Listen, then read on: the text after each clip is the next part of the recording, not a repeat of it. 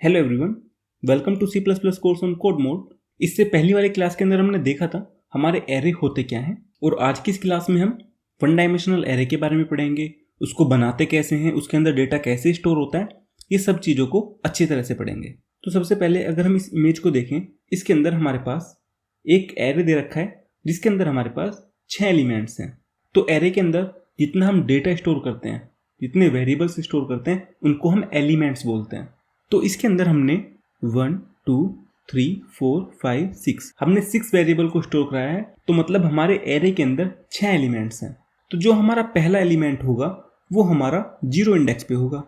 तो यहाँ पे जो हम इंडेक्सिंग कर रहे हैं वो जैसे हम अपनी स्ट्रिंग के अंदर इंडेक्सिंग करते थे सेम ही है। वहाँ पे जो हमारा पहला कैरेक्टर होता था वो 0 इंडेक्स पे होता था। यहाँ पे जो हमारा पहला एलिमेंट है वो 0 इंडेक्स पे है। जो हमारा दूसरा एलिमेंट है वो हमारा 1 इंडेक्स पे है, और जो हमारा तीसरा एलिमेंट है वो हमारा 2nd इंडेक्स पे है। तो यहाँ पे भी हमारा सेम स्ट्रिंग वाला है। तो इस तरह से हमें यहाँ पे अपना एक एरे दे रखा है जिसके अंदर हमारे पास 6 एलिमेंट्स हैं और उसकी हमने इंडेक्सिंग लिख रखी है। अब अगर हम यहाँ पे देखें तो हमारा जो एरे है उसका नाम है ग्रेड, और ग्रेड के अंदर हमारे पास जितने भी डेटा हैं वो सेम तरह के हैं। अगर हम B+ को देखें तो वो भी एक स्ट्रिंग है, A+ को देखें वो भी स्ट्रिंग है, और C को देखें, B को देखें। वैसे तो अगर हम इनको सिंगल देखते हैं तो ये कैरेक्टर्स हैं। B हमारा कैरेक्टर है, C हमारा कैरेक्टर है, बट हमारे पास स्ट्रिंग्स भी होती हैं जिनके अंदर हमारे पास केवल एक ही कैरेक्टर होता है। तो हमारे पास A, B, C ये सब हमारे पास स्ट्रिंग्स हैं। हमारा B+ भी स्ट्रिंग है, A+ भी स्ट्रिंग है। तो जो हमारा एक एरे होता है वो सेम तरह की डेटा को स्टोर कराता है, वो हमें यहाँ से मिलता है। अगर हम वन डायमेंशनल की बात करें तो हमें इसके नाम से ही पता लग जाता है कि हमारा जो वन डायमेंशनल एरे होता है वो किस तरह का होता है। वन डायमेंशनल मतलब एक दिशा में। जैसे अगर हमारे पास ये एरे था ग्रेड नाम से, और अगर हम इसको देखें तो अगर हम इसके बाद कोई एलिमेंट को स्टोर करना चाहेंगे तो हम उसको यहाँ पे स्टोर कराएंगे। अगर हमें इसके अंदर एक और एलिमेंट स्टोर कराना है तो हम यहाँ पे करेंगे। इसके अंदर अगर हमें एक और एलिमेंट को स्टोर कराना है तो हम उसको यहाँ पे कराएंगे। तो इस तरह से जो हमारा एरे है वो आगे बढ़ता रहेगा। ये हमारी एक ही डायमेंशन में बढ़ेगा, एक ही दिशा में बढ़ेगा। तो इसको हम वन डायमेंशनल एरे बोल रहे हैं क्योंकि इसके अंदर केवल एक ही दिशा है। अगर हम अपने इंडेक्स की भी बात करें तो ये हमारे इंडेक्स 0, 1, 2, 3, 4, 5, 6, 7, 8, फिर आगे ऐसे ही 9, फिर 10, फिर 11 इस तरह से बढ़ेंगे। तो जो हमारी इंडेक्सिंग भी है वो भी हमारी एक ही दिशा में बढ़ रही है। तो इसलिए इसको हम बोलते हैं वन डायमेंशनल एरे। इसके बाद हमने यहाँ पे देखा है हमारे एक एरे का डिजाइन कैसे हो सकता है। हम उसको किस तरह अपने माइंड के अंदर सोच सकते हैं कि हमारा एरे किस तरह दिखता होगा। अब हमारे पास जो एरे है उसके अंदर हमने अपनी एज स्टोर करा रखी है, हमने उम्र स्टोर करा रखी है। तो हमारे पास यहाँ पे 8 लोग हैं, यहाँ से लेकर यहाँ तक हमारे पास 8 लोग हैं। तो हमने उन 8 लोगों की अपनी एज स्टोर कराई है। तो 0 इंडेक्स पे हमारा पहला इंसान है, 1 इंडेक्स पे हमारा दूसरा इंसान है। इस तरह हमारे पास 7 इंडेक्स हैं, और जो हमारा 7वां इंडेक्स है उस पर हमारा 8वां इंसान है। तो इस तरह हमारे पास 8 इंसान है पूरे। उसके अंदर हमने उनकी एज दे रखी है। जो हमारा पहला है वो 17 है, दूसरा 25 है, तीसरा हमारा 45 है, फिर हमारा 12 है, 5 है, 60 है, 33 है, और इस तरह हमारे पास लास्ट है वो 49 है। तो अगर हम इस एरे को डेफिनेशन से देखें तो इसके अंदर जो डेटा है वो सेम तरह का है, वो एक इंटीजर है। तो हम अपनी एक एरे को एक तरह से रो के हिसाब से भी देख सकते हैं। ये हमारी एक रो है, पंक्ति है। तो हम अपने जो एरे होता है उसको एक पंक्ति की तरह भी विजुलाइज कर सकते हैं, और उसी तरह जो हमारा एक एरे होता है हम उसको स्तंभ की तरह भी देख सकते हैं, एक कॉलम की तरह भी देख सकते हैं। इस कॉलम के अंदर हमारे पास 8 एलिमेंट्स हैं जिसके अंदर हमारे पास एज स्टोर है। तो हम उसको इस तरह भी विजुलाइज कर सकते हैं। हमारे 0 इंडेक्स पे हमारी एज है 17, 1 इंडेक्स पे जो दूसरा बंदा है उसकी एज है 25। तो इस तरह से हम उसको विजुलाइज कर सकते हैं अपने माइंड के अंदर कि हमारा एरे किस तरह से दिखता होगा। तो एरे के अंदर जो हमारी मेन चीज़ है वो है हमारी इंडेक्सिंग। अब इसके बाद देखते हैं हम अपने एरे को डिक्लेयर कैसे कर सकते हैं। जैसे हम अपने वेरिएबल को डिक्लेयर करते थे ऐसे ही हमें अपने एरे को भी डिक्लेयर करना होता है। तो एक एरे को बनाने के लिए हमारे पास 2 तरीके होते हैं। तो सबसे पहले पहला तरीका देखते हैं। तो अगर हमें किसी एरे को डिक्लेयर करना होता है तो सबसे पहले हम अपना डेटा टाइप देते हैं। डेटा टाइप ये बताता है कि वो हमारा एरे क्या चीज़ को स्टोर कराएगा। अगर हम देते हैं इंटीजर तो जो हमारा एरे है वो इंटीजर को स्टोर कराएगा। अगर हम देते हैं स्ट्रिंग तो हमारा जो एरे है वो स्ट्रिंग को स्टोर कराएगा। तो जो हमारा डेटा टाइप है वो हमें ये बताएगा कि हमारा जो एरे है वो क्या स्टोर करेगा। उसके बाद हमें अपने एरे का नाम देना है और उसके बाद हमारे पास दो बड़े कोष्ठ आएंगे। तो हमें कुछ इस तरह से अपने एरे को डिक्लेयर करना है। उसके बाद हमें इक्वल टू लगाना है, कर्ली ब्रेसेस के अंदर अपनी वैल्यूज दे देनी है। तो सबसे पहले हम अपनी वैल्यू देंगे 0 इंडेक्स वाली, तो हम उसकी वैल्यू देंगे, उसके बाद कोमा लगाएंगे, उसके बाद हम दूसरी वैल्यू देंगे, कोमा लगाएंगे। इस तरह हम अपनी कितनी भी वैल्यूज दे सकते हैं। जैसे हमारे पास यहाँ पे एक एरे दे रखा है जिसके अंदर एज है और उसके अंदर हमारे पास 4 एलिमेंट्स हैं और जो हमारी एज होती है वो इंटीजर टाइप की होती है। और अगर हमें इन चारों एलिमेंट्स को अपने एरे के अंदर स्टोर कराना है तो हम क्या करेंगे, सबसे पहले अपने डेटा टाइप का नाम लिखेंगे। तो हमारा जो डेटा टाइप होगा वो होगा एक इंटीजर। उसके बाद हम अपना एरे का नाम लिखेंगे। तो हमने एरे का नाम दिया है एज। उसके बाद हमने अपने कोष्ठ दिए हैं।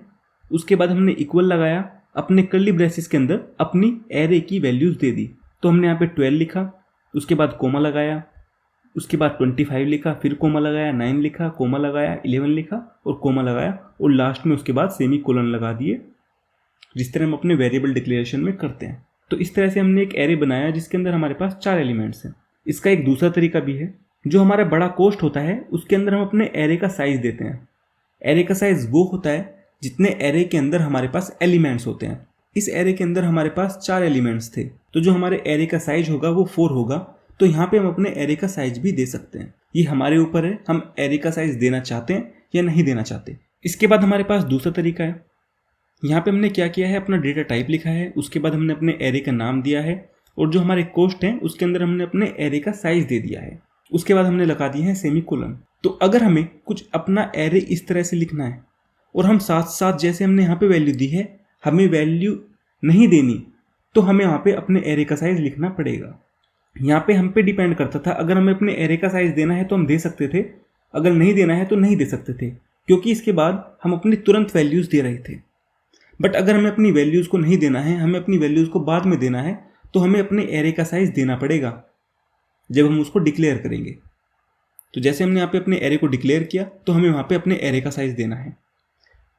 अगर मैं इस एज वाले का ही एग्जांपल लूँ तो अगर मेरे पास यहाँ पे 4 एलिमेंट्स हैं तो मैं अपना इंटीजर लिखूंगा क्योंकि उसके अंदर इंटीजर होने वाले हैं, एज लिखूंगा, हमारे एरे का नाम और उसके बाद अपने वैल्यू दे दूंगा 4, जो हमें बताएगी हमारे एरे के अंदर कितने एलिमेंट्स हैं। उसके बाद अगर मेरे को अपने एरे के एलिमेंट्स के अंदर अपनी वैल्यूज डालनी है तो मैं क्या कर सकता हूँ। जैसे हम अपनी स्ट्रिंग के अंदर अपने एलिमेंट्स को एक्सेस करते थे उसी तरह हम अपने एरे के अंदर भी अपने एलिमेंट्स को एक्सेस करते हैं। अगर मेरे को अपने एरे के 0 इंडेक्स वाला एलिमेंट को एक्सेस करना है तो मैं क्या लिखूंगा, अपने एरे का नाम दूंगा। मेरे यहाँ पे एरे है, उसका नाम है एज, तो मैं अपने एज से दूंगा हमारे एरे का नाम, उसके बाद बड़े कोष्ठ लगाऊंगा और उसके बीच में अपना इंडेक्स दे दूंगा जिस इंडेक्स में मेरे को वैल्यू चाहिए। और फिर मैं क्या कर रहा हूँ, इक्वल टू लगा के 12 कर रहा हूँ, मतलब जो हमारा यहाँ पे 0 इंडेक्स पे वैल्यू थी वो थी 12। तो इस तरह मेरे एज के 0 इंडेक्स पे मिल जाएगी मेरे को वैल्यू 12। अगर मेरे को 1 इंडेक्स पे वैल्यू को स्टोर कराना है, 25 स्टोर कराना था, तो मैं यहाँ पे इस तरह 25 स्टोर करा रहा हूँ। इसी तरह मेरे को अगर 3rd इंडेक्स पे कराना है तो मैं लिखूंगा अपना एरे का नाम 3 लिखूंगा और उसके बाद वैल्यू डाल दूंगा। तो मैंने यहाँ पे 11 वैल्यू डाल दिया क्योंकि हमारे एरे के अंदर यहाँ पे 11 वैल्यू ही थी। इसके बाद एक और तरीका है, मैं क्या कर सकता हूँ, किसी वेरिएबल की मदद से भी अपने एरे के अंदर एलिमेंट्स को डाल सकता हूँ। जैसे एक मैंने इंटीजर लिया के नाम से और उसको मैंने 0 पे इनिशियलाइज कर दिया। यहाँ पे मैंने अपने एरे को इनिशियलाइज किया है, ये हमें पता है हमने कैसे किया है। उसके बाद मैंने क्या किया, एज लिखा, के दिया और उसके अंदर 12 वैल्यू डाल दी। तो मेरा जो के था वो मेरा 0 था, तो मैंने क्या करा, एज के 0 इंडेक्स पे डाली 12 वैल्यू। जैसा मैं यहाँ पे कर रहा हूँ दोनों बात सेम ही है क्योंकि मेरे के की वैल्यू यहाँ पे 0 है, तो मैं के को 0 से रिप्लेस कर सकता हूँ। अगर मैं इस लाइन के अंदर देखूँ, सेकेंड वाली लाइन के अंदर, तो मेरे पास यहाँ पे k+1 है। तो अगर मैं 0 के अंदर 1 प्लस करता हूँ तो मेरे को यहाँ पे 1 ही मिलेगा। तो 1 के अंदर मैं क्या कर रहा हूँ, 25 वैल्यू डाल रहा हूँ। तो यहाँ पे भी हमारी बात सेम ही है, मैं यहाँ पे भी 1 के अंदर 25 वैल्यू डाल रहा था। इसी तरह अगर मैं यहाँ पे k+2 करूँगा, 0+2 हो जाएगा तो मैं 2 इंडेक्स पे चला जाऊँगा और उसके अंदर मैं 9 डालूंगा। तो इसी तरह मेरा पूरा का पूरा प्रोग्राम चलेगा और मैं उसके अंदर वैल्यूज डाल पाऊंगा। आई थिंक आज की इस क्लास के लिए इतना काफ़ी है। अभी देख लेते हैं हमने क्या क्या पढ़ा। तो सबसे पहले हमने देखा कि जो हमारा एरे होता है उसकी इंडेक्सिंग कैसे होती है, उसके अंदर हम कैसे एलिमेंट्स को डाल सकते हैं, उसको हम किस तरह विजुलाइज कर सकते हैं, उसको हम किस तरह सोच सकते हैं कि हमारा एरे किस तरह से दिखता होगा। उसके बाद हमने देखा हम अपने एरे को डिक्लेयर कैसे करते हैं। हमारे पास यहाँ पे दो तरीके थे। एक तरीका था जिसके अंदर हम अपनी स्टार्टिंग में ही वैल्यूज़ को दे रहे थे एरे को, जैसे हम उसको डिक्लेयर कर रहे हैं उसके अंदर वैल्यू भी डाल रहे हैं। तो वहाँ पे हमारे पास दो चॉइस थी, हम अपने एरे का साइज दे सकते थे या हम अपने एरे का साइज नहीं दे सकते थे। बट अगर हमें अपना एरे डिक्लेयर करना है और उसके अंदर वैल्यूज़ नहीं डालनी तो हमें वहाँ पे अपने एरे का साइज देना होता था स्टार्टिंग में ही। तो होता क्या है, जैसे ही हम अपने एरे का साइज देते हैं ना तो उतनी ही मेमोरी हमें अलोकेट हो जाती है, मतलब उतनी ही मेमोरी हमें हमारी जो रैम है उसके अंदर मिल जाती है। तो जो हमारा एरे का साइज होता है वो हमें मेमोरी देता है कि हमें कितनी मेमोरी चाहिए अपने डेटा को स्टोर कराने के लिए। उसके बाद हम क्या कर सकते हैं, जैसे मैं अपने एरे का नाम दे दूंगा, एरे का साइज दे दूंगा, उसके बाद अगर मेरे को वैल्यूज़ को स्टोर कराना है तो मैं किस तरह करूँगा, अपना इंडेक्स दूंगा और उसके अंदर वैल्यू डाल दूंगा जैसे हम नॉर्मली वैल्यू डालते हैं। तो आई थिंक इतना काफ़ी है आज की इस क्लास के लिए। अब इसके बाद आपके पास एक क्विज होगी जिसको आपको सोल्व करना है। अगर आप इस वीडियो को यूट्यूब पे देख रहे हैं तो आपको वीडियो को लाइक करना है, चैनल को सब्सक्राइब करना है। अगर आप इस कोर्स को देखना चाहते हो तो इस कोर्स का लिंक डिस्क्रिप्शन के अंदर अवेलेबल है, आप वहाँ से जाके इस कोर्स को देख सकते हो। तो मिलते हैं अगली क्लास के अंदर, तब तक के लिए thank you and bye bye.